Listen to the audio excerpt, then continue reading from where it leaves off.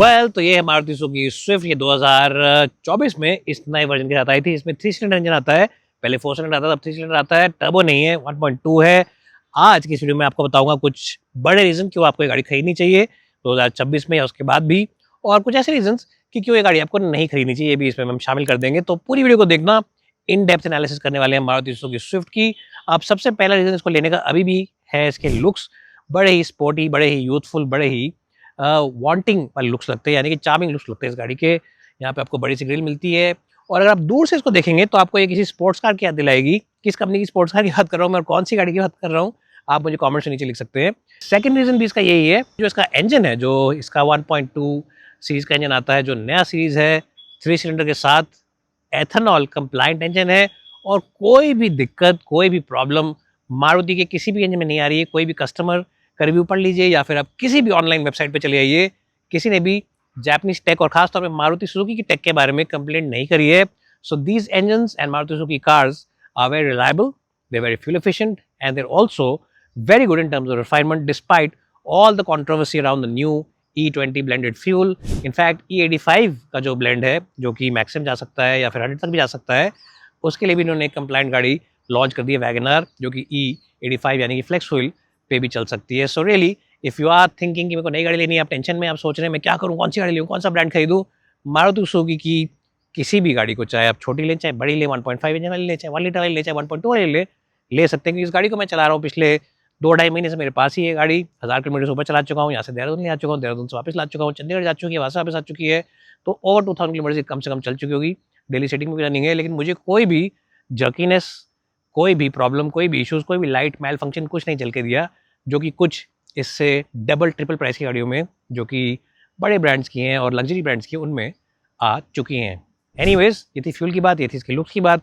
अब आपको कुछ और बातें बताते हैं, लेकिन अंदर चल के, क्योंकि बाहर 45 डिग्री का मौसम है, अंदर चल के बताते हैं कुछ और बातें, why you should consider buying the Swift in 2026 and beyond.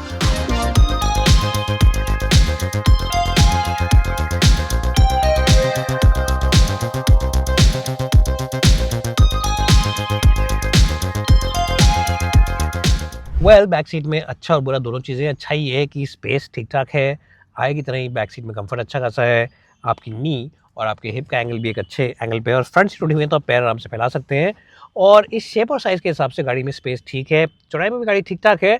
लेकिन जो नेगेटिव पॉइंट है वो ये है कि बीच वाले पैसेंजर के लिए आपको सीट बेल्ट तो दे रखी है, लेकिन हेड रेस्टेंट नहीं दे रखा है। ये ज़रूर देना चाहिए था मारुति सुजुकी को, ये गलत जगह पर उन्होंने कॉस्ट कटिंग कर रखी है, ये होना चाहिए था। और AC वेंट्स जो है, उनका जो थ्रो है वो इतना स्ट्रॉन्ग नहीं है जितना होना चाहिए। Should have been better in terms of the overall throw aware, but other than that it's a nice place to be. बड़ा आपको यहाँ पे शीशा मिलता है, पिछली गाड़ी की तरह जो ब्लैक एक उन्होंने पैनल लगा रखा था बाहर से खोलने और बंद करने के लिए, वो हटा दिया गया है, तो अब ये ज़्यादा रूमी लगती है गाड़ी, और अंदर लाइट भी ज़्यादा आती है, तो it feels like a nice and better place to be than the last car. लेकिन क्योंकि सब कुछ ऑल ब्लैक है, स्पोर्टी लुक है गाड़ी का, तो आपको कभी कभी लंबे सफ़र पे ऐसा लगेगा कि काश कुछ कलर्स होते इसके अंदर, क्या पता लाल रंग का बीच में कुछ पट्टी लगाए थे, स्पोर्ट वर्जन बनाने के लिए थोड़ा ग्रे और यूज़ कर सकते थे। But other than that, in terms of comfort, in terms of space, I really don't have anything to complaint about. Anyways, अब जल्दी से आपको दिखाते हैं कुछ और चीज़ें जो है पॉजिटिव और कुछ चीज़ें जो है नेगेटिव, और फिर गाड़ी को लेकर चलते हैं थोड़ी सी ड्राइव पर।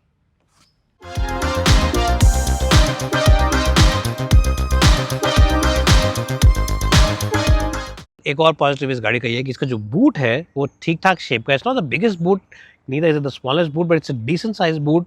सामान रखने के हिसाब से, अगर आप अपने बच्चों के साथ, अपनी वाइफ के साथ 4-5 लोग जा रहे हैं एक वीकेंड हॉलीडे पे, 2-3 दिन के हॉलीडे पे जा रहे हैं, तो आराम से 2 बड़े लार्ज सूटकेस आ सकते हैं और एक छोटा डफल बैग भी आ जाएगा, तो आराम से आप ले आ सकते हैं। ऐसा नहीं है कि कोई कॉम्प्रोमाइज़ वाला बात है। एक और अच्छी बात इस चीज़ की ये है कि इस गाड़ी के अंदर CNG का भी ऑप्शन आता है। जी हाँ, Maruti Suzuki offers you CNG option also. उसमें बूट स्पेस थोड़ा सा कम ज़रूर हो जाता है, लेकिन बेनिफिट क्या मिलता है आपको, आपको मिलती है ज़्यादा बेटर माइलेज, कम है फ्यूल का प्राइस, और परफॉर्मेंस में भी ड्रॉप इतना ज़्यादा नहीं। मैंने वो वर्जन भी चलाया, आज तो खैर हमारे पास प्योर पेट्रोल है, बट मैंने CNG वाला वर्जन भी चलाया, और उसके अंदर भी सिटी के अंदर बहुत ही मार्जिनल सा ड्रॉप है in terms of the pure performance. So what I am trying to say is essentially that be it CNG, be it petrol, be it automatics, be it a manual, the Swift remains one of the best cars in this price point. अब इससे पहले आप बोले कि मैं एक salesman की तरह बात कर रहा हूँ, आइए अंदर चलते हैं और गाड़ी ड्राइव पर लेके चलते हैं और बताते हैं क्यों मेरे को ये गाड़ी इतनी पसंद है।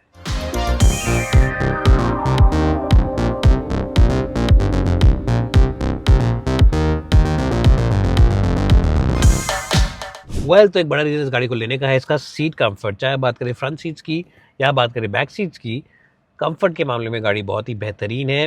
वेरी नाइस एंड कुशनी सीट्स, और यहाँ पे आपको साइड बोल्स्टर्स मिल जाते हैं, तो आपको एकदम ये ग्रैब करके रखती है सीट्स। अगर लंबे सफ़र पे जा रहे हैं, पहाड़ों पे जा रहे हैं, गाड़ी को ऐसे ऐसे घुमा रहे हैं, तो the seats will hold you really well. And I think 10 lakh तक के बजट में अगर आप गाड़ी लेना चाह रहे हैं, उससे कम में 7.5, 8, 9 लाख तक में, तो ये वाली गाड़ी की सीट सबसे बेस्ट है और सबसे कंफर्टेबल है। इससे ज़्यादा बढ़िया ना टाटा की अल्ट्रास में सीट्स आती हैं, ना ही आपको सीट्स मिलती हैं पंच में इतनी comfortable. So really the best seats for this kind of budget. Also another big reason why I should buy this car is because of the features. Base version से ही इसके अंदर ऑटोमेटिक क्लाइमेट कंट्रोल आता है। जी हाँ, base version से ही automatic climate control आ जाता है। और जो ऊपर वाले वर्जन है, जैसे कि ये जेड प्लस में बैठा हूँ, इसमें आपको ऑटोमेटिक हेडलैम्प्स वगैरह मिल जाते हैं, क्रूज कंट्रोल मिल जाता है, और साथ ही एक बड़ा टच स्क्रीन मिलता है जिसके अंदर आप एप्पल कारप्ले और एंड्रॉइड ऑटो वायरलेसली कनेक्ट कर सकते हो। बड़ा ही सीमलेस कनेक्शन है, बहुत ही ईजिली कनेक्ट हो जाता है। जो चीज़ गाड़ी में नहीं मिलती वो है sunroof, but I think that even for the base version, if you're getting automatic climate control, it makes life very easy and it makes life very comfortable. और हाँ, जैसे मैंने बोला, टॉप एंड में सब कुछ आता है, क्रूज कंट्रोल वगैरह, wireless charging for mobile phone आ जाता है, USB old school, USB type C, सब कुछ आपको मिल जाता है। So really I think that the Swift covers all the bases, comfort as well as features, and that makes it one of the best cars at this price point. Maruti Suzuki के engineers को और उनके पूरे AC cooling unit जो भी देखता है उसको मेरी तरफ से थम्स अप, क्योंकि छोटी गाड़ी में ये सब करना with 1.2 litre engine is quite difficult. और हाँ, सीएनजी वाला वर्जन भी अच्छा ही कूल करता है। कुछ लोग कहते हैं सीएनजी वर्जन कूल नहीं कर पाता है, लेकिन नहीं, सीएनजी वर्जन भी अच्छे से कूल कर लेता है। Thanks guys anyways.